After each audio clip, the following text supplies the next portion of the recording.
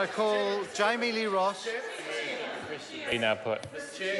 Here, Ian Lees-Galloway.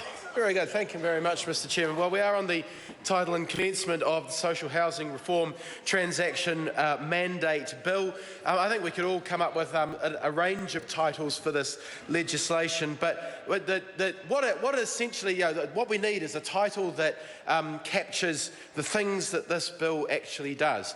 And what it does is it vests enormous authority in the hands of ministers, with absolutely no transparency, with absolutely no accountability.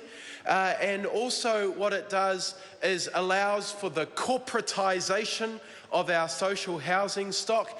And the other thing that it does, which doesn't appear to have been considered in any great detail in this House, is that it allows for the massive confiscation of property rights that have been held for over a century in this country. And that's in part 3. In part 3, where it talked about the Public Works Act 1981 does not apply and has never applied. So in other words,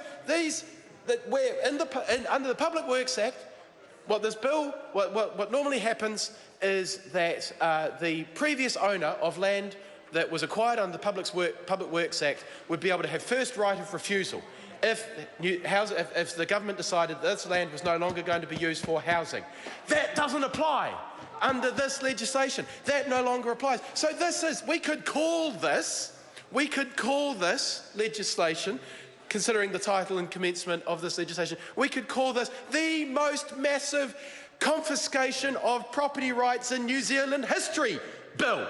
That would be a far better and more appropriate title for this legislation than the rather bland Social Housing Reform Transaction Mandate Bill. So another name we could call it, another name we could give it is the vesting enormous power in the hands of two ministers bill, because that is another thing that this legislation does. It takes away decisions from Housing New Zealand, the government agency which has the expertise to deal with housing, and hands them over to two ministers. This could be the handing over social housing to the National Party's mates bill.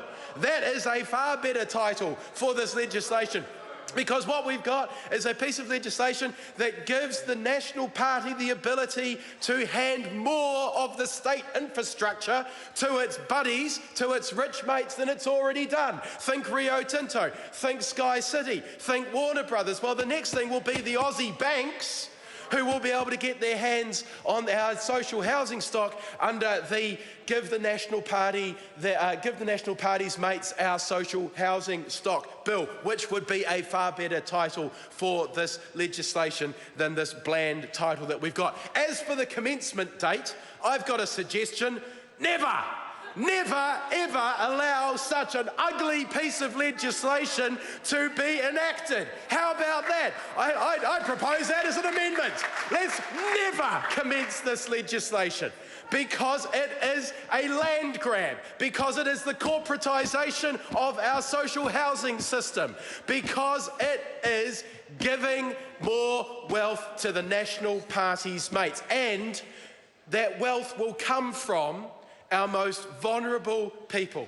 The rents that people will be paying in social housing will be going directly into the hands of the Aussie banks under this legislation, and that is appalling. So how about never? How about we don't commence this legislation? How about we don't pass it for a start? But if we are going to pass it, how about we have a commencement date of just never? We never really meant to do that. It was folly. It was a really bad idea, and even though we passed the legislation, let's just not start doing it, because New Zealanders just know that this is the wrong kind of direction for us to be taking our social housing stock. Let's not privatise more of our social housing. Let's not hand over more of our social security net to Australian banks, to American movie companies, to Australian gambling corporations. Let's not do that. Let's actually do what works. Let's have a solid social security net. Let's have a state housing stock which is sufficient to actually meet the needs of New Zealanders. Let's not sell off houses in one part of the country. Mr. Chairman. I call Jami-Lee Ross. I move that the question be now put. Members, the question